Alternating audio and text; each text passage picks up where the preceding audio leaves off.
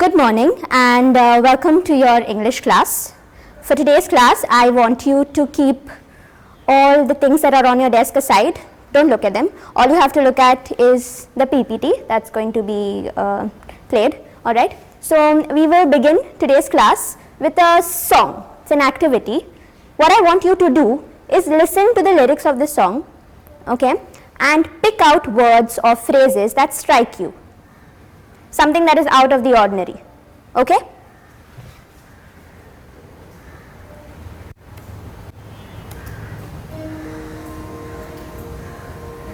Hello darkness, my old friend, I've come to talk with you again, because a vision softly creeping left its seeds while I was sleeping. And the vision that was planted in my brain still remains within the sound of silence. In restless dreams I walked alone, narrow streets of cobblestone, neath the halo of a street lamp. I turned my collar to the golden dam, when my eyes were stared by the flash of a neon light that split the night and touched the sound of silence. And in the naked light I saw 10,000 people, maybe more. People talking without speaking, people hearing without listening, people writing songs that voices never shared. No one dared disturb the sound of silence. Okay, so what did you notice? What are some of the lines that strike you? Sound of silence. Sound of silence, yes, very good. What else? The first line, I don't remember, the first line of the song was very catchy. Hello darkness, my old friend. Yes. Something in between, something which will remain, which will be there, will remain in my brain, something like that. Okay. Talking without speaking. Talking without speaking, listening without, hearing without listening. Anything else? Restless dreams. Okay. Now, we use language in our day-to-day lives. Okay. And our language in our day-to-day life is not embellished language. It's not language that is dressed up. Okay. It's common language. I say, Sharon, hi, how are you today? But while writing poetry, while writing song lyrics, even while writing plays, or even if you've read novels, they use a lot of embellished language. Okay, but this embellished language, you might think that we don't use it in our day-to-day lives, but we do. Our day-to-day life is full of this embellished language, and this one type of this embellished language is figures of speech. Okay. Now, today in our class, we will be studying these figures of speech. Alright, are you all familiar with figures of speech? Are you? Yes. Yes. What figures of speech do you know? Personification. Personification, simile, alliteration, repetition, metaphor, hyperbole. What is hyperbole? We know the names, but when it comes to the definition, we are lost. Okay, so let's start. A figure of speech is a departure from the ordinary form of expression or the ordinary course of ideas in order to produce a greater effect. Okay? What is the opposite of ordinary? Hey. English teachers, not even students, English teachers. Opposite of ordinary, extraordinary. Okay, no. So a figure of speech, what a figure of speech basically does is takes something that is common and something that is ordinary and makes it extraordinary. It is language that you will like to read. It is language that will interest you, right? Something that looks attractive, something that seems attractive, or something that feels like it is attractive is way more fun and interesting to read than something that is just plain and ordinary, right? Okay, so let's begin with figures of speech. Before that, you said simile, right? What is a simile? Comparison of one thing with another thing. We use as and like. Using as and like, okay? When one is compared to the other, are those two things similar or are they different? If you can't explain through definition, give me examples. Brave as a lion. He's brave as a lion. He is as brave as a lion. Okay, what else? Roma? Yes, Avril. She's bright as the sun. She is as bright as the sun. Yes. Anybody else? More examples of simile? Simile is the easiest one, and if you don't know this, if you can't get examples of simile, then I'm very disappointed in you and I don't know what you're going to do with the rest of the figures of speech. Use as or like. She's as beautiful as a flower. Yes, very good. Then? He says white as the snow. He says white as the snow. He is as white as snow. Okay, then? Very good. Lancia? She's as sweet as a chocolate. She's as sweet as chocolate. She's as light as a feather. As light as a feather. Very good, Roma. Ashwar and Lancia, I'm waiting for you. As and like, come on. You can use their sentences and change it from as to like. He fought like a lion. She danced like? Shakira. She danced like Shakira, okay. No? I'm going to get back. You all better have similar examples. What is alliteration? Repetition of the first sound. Yes, very good. What is repetition? Repeated. Words are being repeated. For example? Aha. Words are repeated for what? Why are those words repeated? To give poetic Poetic effect and emphasis. emphasis. Very good. Okay. So let's begin with the first one, metaphor. Now a metaphor is an implied simile. Okay. It does not state that one thing is like the other, but it takes it for granted that it is and it proceeds with it. Okay. Now you know what a metaphor is, right? A metaphor, is it similar to simile? Yes and no. It's a comparison between two things. Yes and no. Why? It's an indirect comparison, while a simile is a direct comparison. No. Metaphor is an indirect comparison or a simile is an indirect comparison? Avril? Direct. Yes. Why is it direct? You are not using the words like and as, you are directly comparing. Right? So while you say that she is as light as a feather, you say she is a feather. Huh? What were your examples? You remember them? Change the simile to metaphor. He is as brave as a lion will become. He is a lion. Then So as sweet as chocolate will become. she is chocolate. She's chocolate. He says white as the snow will become. She is snow. She's snow. Would you take a metaphor literally? No, you can't take metaphors literally. Why can't you take them literally? It's a figure of speech. It's meant for effect. It's meant for emphasis. But you understand what it means. Why? Because you know what that word means and you know what that word implies. Now, an extended metaphor is basically a metaphor. You have the metaphor in the first line and then that same metaphor is extended in the next few sentences. Meaning they take that same metaphor and they build on it. I'll show you examples in the next slide, okay? Now, you should never use mixed metaphors. Mixed metaphors, it is when an object is identified with two or more different things in the same sentence.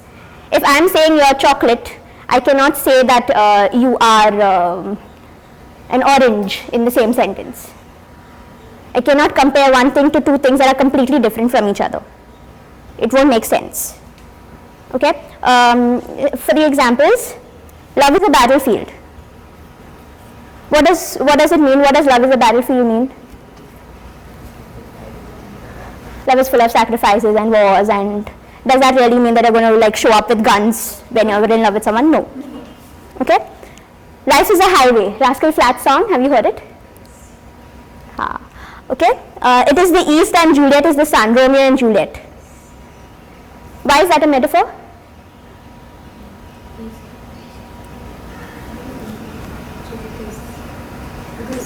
Juliet is the sun. Is Juliet really the sun? Juliet is like the sun. Maybe Juliet is bright like the sun. Okay? Then Dahlia was an overbearing cake with condescending frosting, and frankly I was on a diet. Where's the metaphor there?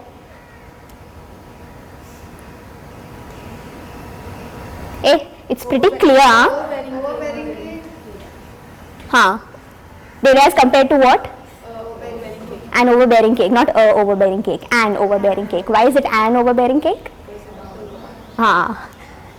Listen, teachers. Okay, next one. These two, the last two are examples of extended metaphors. Okay, memories are bullets. Some whiz by and only spook you. Others tear you open and leave you in pieces. Why is that extended? Remember how I explained extended? Because that your first line is the metaphor, and then you're building on the same thing. You're talking about the memories that are bullets that whiz by, they only spook you, and they tear you open and leave you in pieces. You're building on the same metaphor. The same way, hope is the thing with feathers that perches in the soul and sings the tune without the words and never stops at all. Okay? First line is the metaphor and then it's extended. You are building on the same metaphor. Okay? Did you all understand metaphor? Can you give me examples of metaphor that are not here? It's easy, you use it in your day-to-day lives. You just don't notice it. I don't have a lot of time, okay? And if we are going to be stuck with metaphor,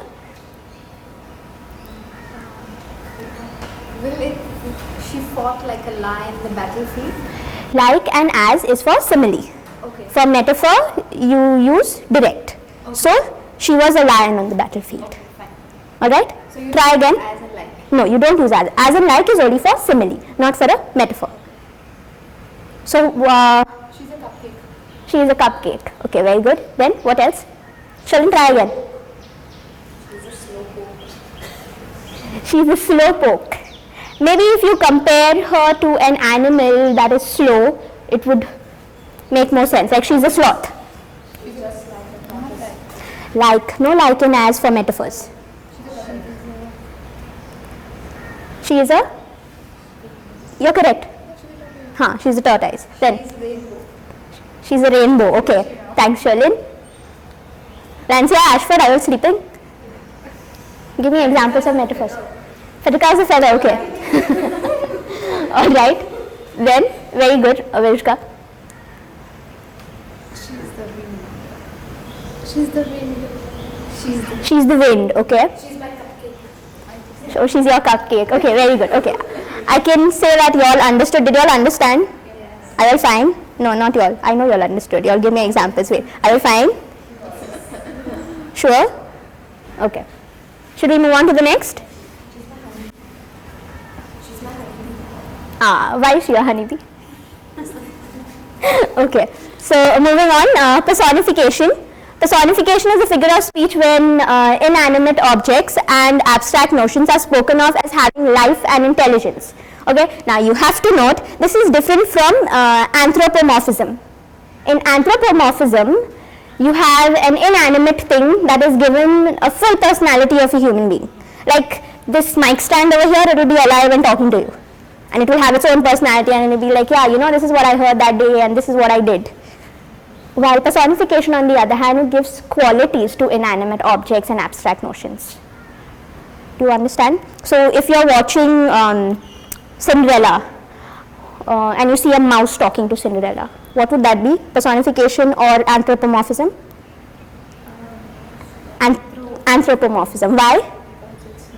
Because it is not given. It's not a quality.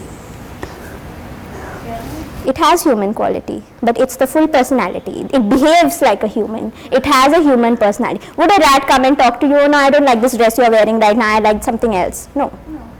Huh. Or best example is Beauty and the Beast. You see all the candlestick and the brooms and the plates. Yeah? Remember this for your evaluation. I hope you remember it for your evaluation. Okay? Did you understand what personification is? We'll look at the examples and then you have to give me examples, okay?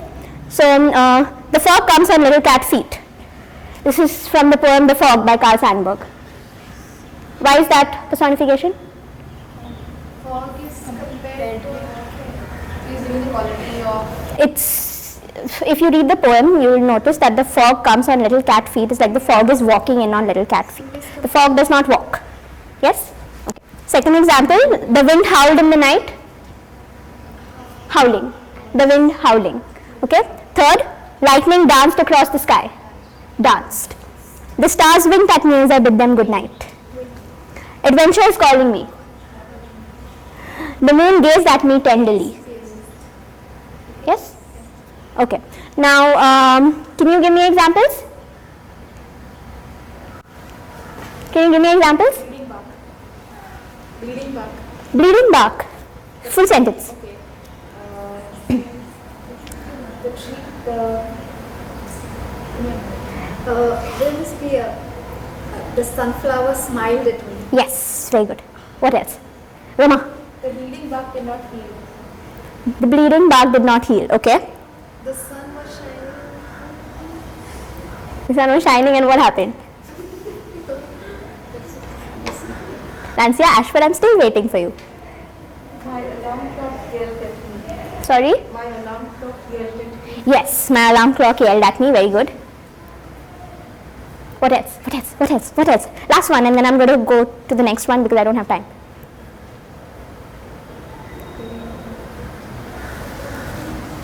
You've had figures of speech all through your school years. Now we are how old? How old are we? We are 25. You should have come across some n number of figures of speech in all your lifetime now. Come on, give me one. Personification. You can come up with things also. It's easy. I'm not telling you to come up with the master's level things. This is school level.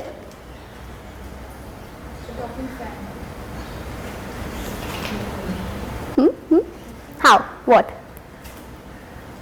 I yelled at the fan and yelled back at me? Okay, but did you understand the basic idea? Yes. Okay. The next one is apostrophe. Apostrophe is a direct address to the dead, to the absent, or to a personified object or idea. Now, this figure of speech is a special form of personification. Okay? Direct address to the dead, is it self-explanatory? Did you understand what it means? You're basically when you're addressing someone who is not physically present or something that is intangible. Okay? It's not there, but you're addressing it directly. These can be recognized through, before this word is used, before this apostrophe is used, there will be O before it, or O nature, O God, Oh my love. O my love, oh dear. Okay, so examples include, O nature thou art my goddess, little lamb who made thee. Little lamb is from? William Blake, yes, Songs of Innocence. Life, I cannot understand you. Why is that apostrophe? Just now I explained. Life, I cannot understand you. Can you see life? Is it a physical being in front of you? No, it's an abstract notion. That's why. Okay? Oh death, where is thy sting? Can't see death. Yes. Hello darkness, my old friend. Death, be not proud. Death. Okay. Can you give me more examples? That was like the wind. No. Addressing. Apostrophe. You are addressing something that is not present. The present or can be seen. Can't be seen, something that's not present, something that is an abstract notion. Is this going to be answering your exam? Oh love, where did you go? Oh love, where did you go? Love is, can love be an abstract notion? Is it an abstract notion? I'm not sure about that one. The person is not alive with you then. No, actually, No. How do I make this easy? Okay. You all pray, right? yes. You're talking to Heavenly Father, or you say Jesus. Can you see Jesus? No. But you're talking to Jesus. You're directly addressing Jesus. Okay? So that is when it is apostrophe. Oh, Jesus. Oh Jesus, what have I done? Oh Jesus, please forgive me. Yes. Okay? Another example would be? Oh, Christ. Oh, so you move from oh Jesus to oh Christ? No, something else.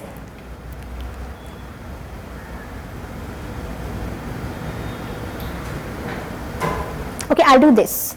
You all sit with this, keep it in your mind. If at evaluation you are not able to recognize it, then I will get back to it. Okay? Or I will send you notes on it. Alright? Hyperbole. Hyperbole is when a statement is made emphatic by overstatement. We all love being dramatic. Yeah? Do we? Verishka is nodding her head. Verishka, what are some terms you overstate, or some sentences you overstate, or some things that you do that you overstate? You want to look at examples first? See, I have a million things to do today. Do I have a million things to do? I'm overstating it for emphasis and effect. I could sleep for a year. This is the worst day of my life. Half of what I put here is what I've been feeling this past week, okay? I love you to the moon and back. Can you love someone to the moon and back? Is it literal? Can you take anything that was here literally? No. I'm the king of the world. Possible?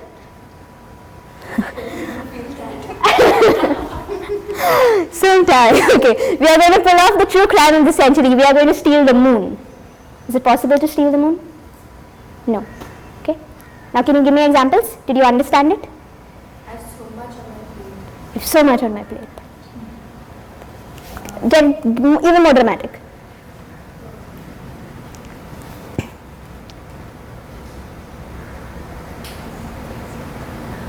Hey, I've seen you all be dramatic in your normal day-to-day life. Only when you all have to think of examples, you all can't think of anything. Most of the things you'll see are Olympics. I've run out of answers. Okay. It is correct. Okay, then? I'm the queen of the universe. I'm the queen of the universe. Very good. Okay, what else? Sherlin's in her element right now. Then? Dramatic. You're the star of the world. You're the star of the world. Yes. Very good. What else? I feel like I could die from the amount of work I did today. I've seen messages of yours in the group that are dramatic. Hyperbole. Proper hyperbole. You're fed up of all the lesson plans that you have to come up with and all the assignments that you've done. They're day-to-day phrases that you speak. You only don't come here. Come on. I love you to infinity and beyond. I love you to infinity and beyond. Okay. Very good, Roma. Then, if you watched Tony Stark, I love you 3000. I have 10,000 reasons to love you. Aha, very good. Correct. Okay, understood it? Overstating for effect or emphasis. Next is antithesis. Now, antithesis is a striking opposition or contrast of words or sentiments which is made in the same sentence, and it is employed to secure emphasis. Okay? So, contrast is made in the same sentence. Might not be in the same clause. Okay? They are not placed, might not be placed directly together, far apart in a sentence. Okay? For example, love is an ideal thing, marriage is a real thing. Go ahead. To err is human, to forgive divine. You are easy on the eyes but hard on the heart. Where is the opposition or contrast of ideas there in the first three examples? Easy, hard. Then in the second one? Air and forgive. What else? Human and divine. In the first one? Ideal and real. Very good. The fourth example, better to reign in hell than serve in heaven. Where's the contrast? Hell and heaven. Very, very good. Now this is an example, it's famous examples from Charles Dickens' A Tale of Two Cities. It was the best of times, it was the worst of times, it was the age of wisdom, it was the age of foolishness. You see the amount of contrasting ideas there, and they're all part of just one sentence. Okay, you don't see this kind of writing anymore because we don't fill so much in a sentence anymore, but this is like a perfect example of antithesis. Did you understand it? We'll do antithesis and oxymoron, and then I'm going to ask you about it together. Okay? Oxymoron is a special form of antithesis, whereby two contradictory qualities are predicted at once of the same thing. Okay? Now, have you heard of an open secret? Can a secret be open? But we do have something as an open secret. Yeah? What is an open secret? Everybody knows it, but it's still a secret. Okay? Did you understand what I mean?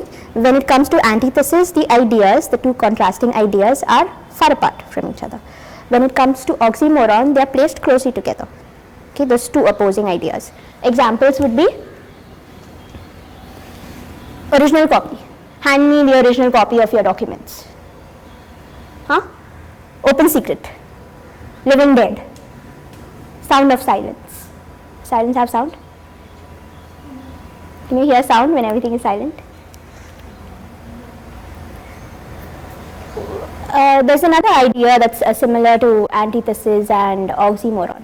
Have you heard of paradox? Yeah? Paradox. Yeah? So, I won't do that now. You research by yourselves. Hopefully, you all will research by yourselves. Pretty ugly.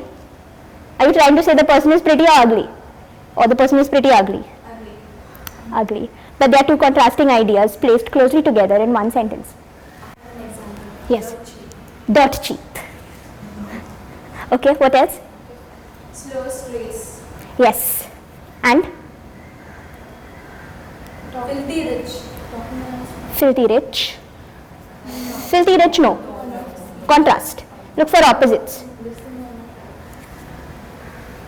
The second mentioned the part, the song had lines with that talking while and remember. No, those are similar ideas. Listening, hearing, it's not different. Antithesis, when it comes to antithesis and oxymoron, remember it's a contrast. Opposites. Look for opposites. Good and bad. Pretty and ugly. Fast and slow. Life and death, in the same sentence, antithesis. Placed closely together, oxymoron. Did you get it? Do you want to give examples? Evaluation, okay? Next is onomatopoeia.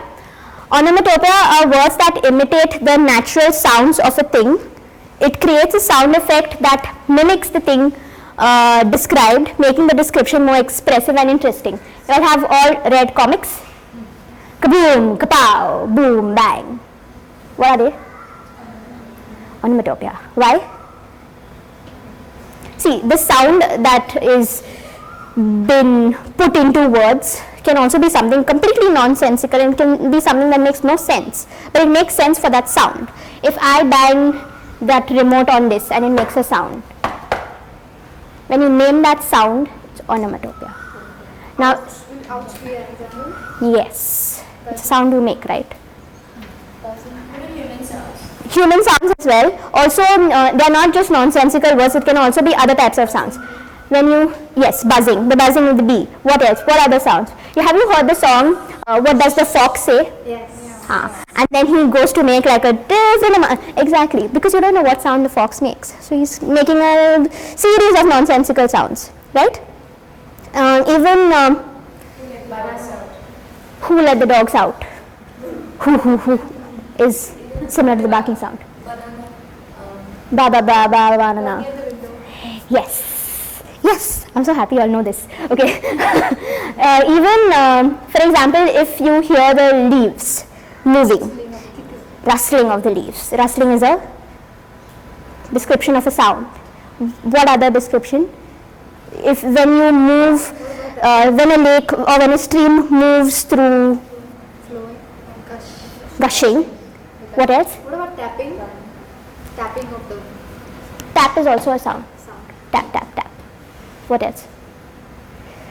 Gurgling stream. You heard it? Roaring. Roaring. Yes. Even, have you heard the song, Boom Clap, the sound of my heart? Boom Clap. Charlie X, CX. Yes. Okay, so boom clap. Did you all understand what onomatopoeia is? Perfectly? Look good? Okay. These are the examples. The rustling leaves kept me awake. I'm getting married in the morning. Ding dong, the bells are going to chime. Ding dong, onomatopoeia. The bridge collapsed, creating a tremendous boom. Boom, onomatopoeia. Get some Z's. What's the onomatopoeia there? Yes. What does Z's imply? Why? Sorry, okay, 1 minute. Boom clap, the song. Yeah, did you all get that? Are you all good with it? Lancy Ashford? Okay. The next one is metonymy. Okay, so these two are a little complicated. Metonymy is when an object is designated by the name of something which is generally associated with it. Okay. For example, Joe's new ride was expensive. The metonymy there is ride. Why ride? What does ride imply? Joe's new ride. A bike or a car. Okay. I wish he would keep his nose out of my business. Nose. There's a problem with this example. We'll take it with the next one. Wait. Next week, my boyfriend and I are headed to the altar. Altar implies marriage. Or I'm going to be walking down the aisle. Marriage. Yes? Did you understand what metonymy is? Keep the second example in mind. There's a bit of a problem with it. We'll see it when we're doing the next figure of speech. Okay? You take something. Do you have more examples where something is referred to with something that is associated by it? For example, the jury. The bench. Have you heard of this phrase where they say that the bench will decide? Huh? If you are watching those lawyer series. Okay? Even the crown. When I say crown, what do I mean? Heavy hands the head that wears the crown. Who wears the crown? Queen. So I'm referring to the queen. The crown symbolizes the queen. Yeah. A ring symbolizes marriage. So you all understood, right? So something that is associated with that idea or that concept is put in the sentence instead of that concept itself is metonymy. Now, synecdoche comes from the Greek word synekdoche, which means simultaneous meaning. Okay, so here a part is used to designate the whole and vice versa. For example, in that previous example, keep your nose out of my business. Nose out of my business. One part of the person is used to designate the whole. Okay? When you are going to ask someone for their hand in marriage, you are going to ask for that someone in marriage, not just their hand. Right? So you use a part of that person to designate the whole. Okay? How is it different from metonymy? Metonymy, you are using an idea that is similar to the concept. In synecdoche, you are using a part or the whole of the concept. Okay? Not something that is different from that concept. That is something that is unique or individual from that concept itself. Did you understand that? Yeah? These are examples of synecdoche. You have my heart. You have me. My heart signifies me. Lend me your ears. All hands on deck. Did you get it? Why this is synecdoche? Yeah? Okay. Now, can you help me figure out which one is synecdoche and which one is metonymy here? Suits. I saw a bunch of suits walking by.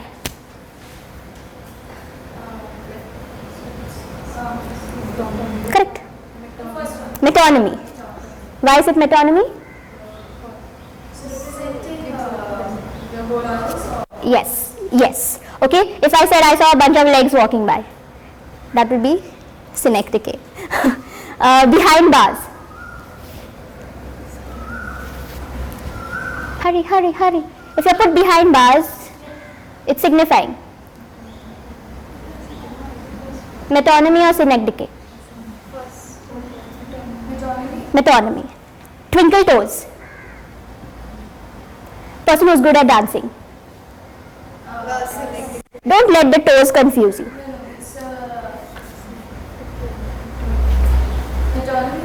Yes.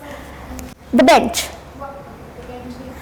Twinkle toes because even though you're putting in the toes there, twinkle toes is a phrase used to refer to someone who is good at dancing. Like if you say a person who is good at gardening has a green thumb. Okay, in a similar way. I have this many mouths to feed. Synecdoche. She is the head of the institution. Synecdoche. Okay. Okay. So this is all the figures of speech that I will do with you today. Do you have any questions before we go to the evaluation? No? Okay. So your evaluation is going to take place in song form. Alright. So there are going to be different clips of different songs played, and you have to recognize the figures of speech that are part of that song. Okay. So pay close attention. The lyrics are on screen.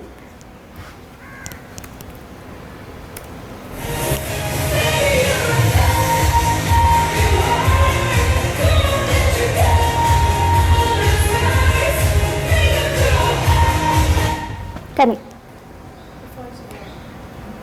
Baby, I'm a fire. Metaphor. Yes. Baby, I'm a firework. You're a firework. Sorry. Baby, you're a firework. Very good. Next one.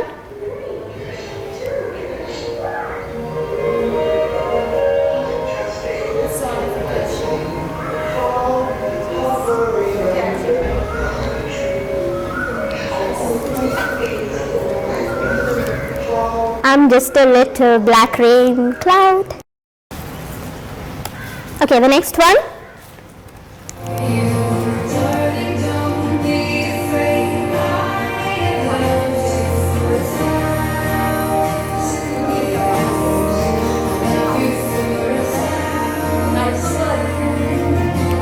Yes, Frederica?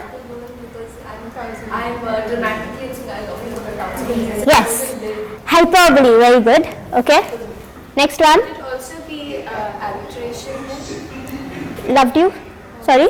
Alliteration, how? The first was I have died every day waiting for you. Darling, don't be afraid. darling and No. 1,000 years. Loved you. Repetition.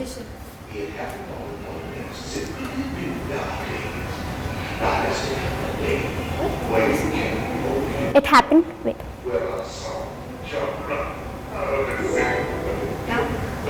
Zippity day.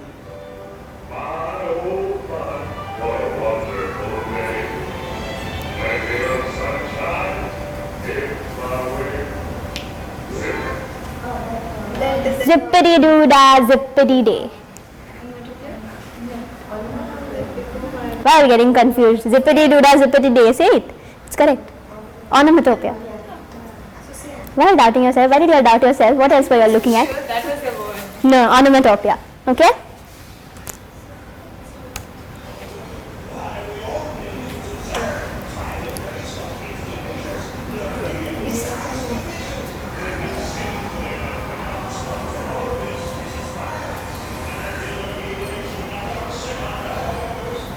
What is this?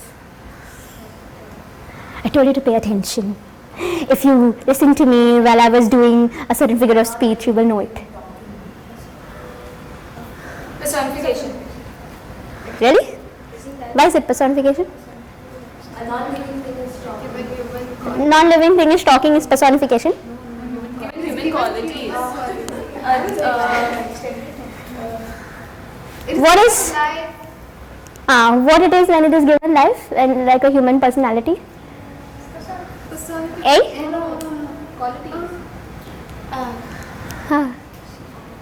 What is the word? It starts in A.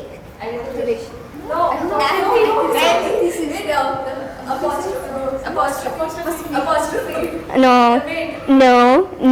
I did this word when we did personification.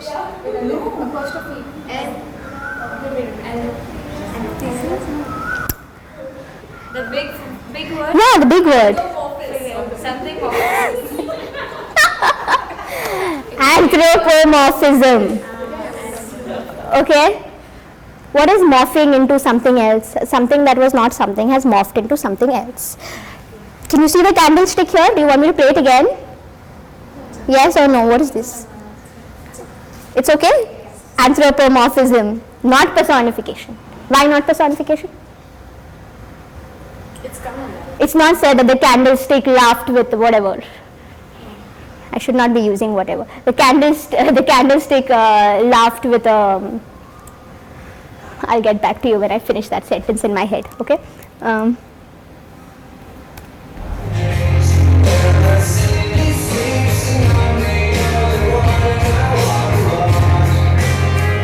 Where the city sleeps. alliteration. Avril? Oh my god, sorry. My bad.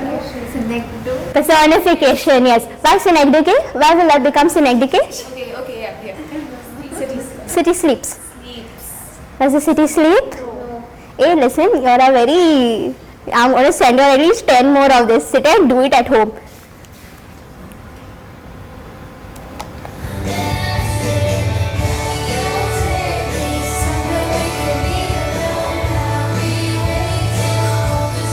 I'll stop it there because you all get confused. Romeo, take me somewhere we can be alone.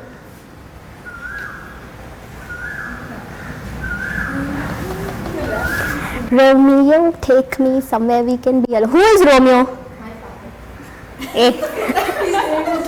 Verushka. No, who is Romeo in literature?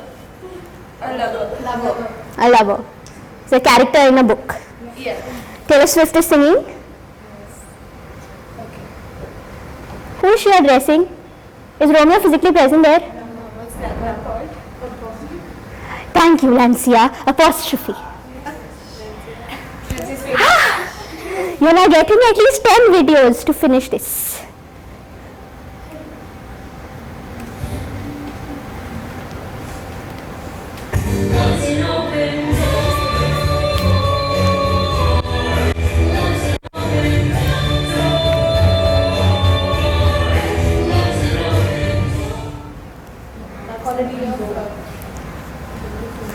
Be sure before you answer. And if you don't know it, you all are going to get one whack. Love is an open door. No. Say. Yes, why are you getting frightened to say metaphor? Metaphor. Love is an open door. But a door is usually closed, right? When it's open also. Avril? But a door is to close. Love is compared to an open door directly. Okay.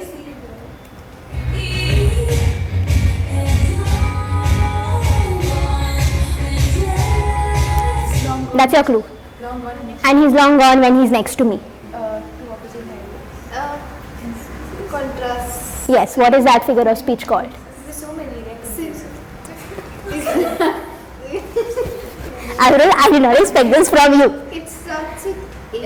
It starts with A. I'm not going to guess. I'm your teacher. You guess. Yes, she said. Antithesis. Yes.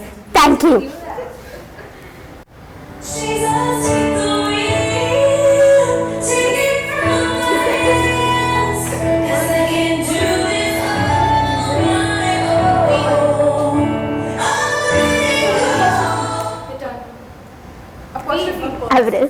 I will share. Apostrophe. Okay, what is Metonymy is when the concept, it's similar to synecdoche, when something is, it's coming.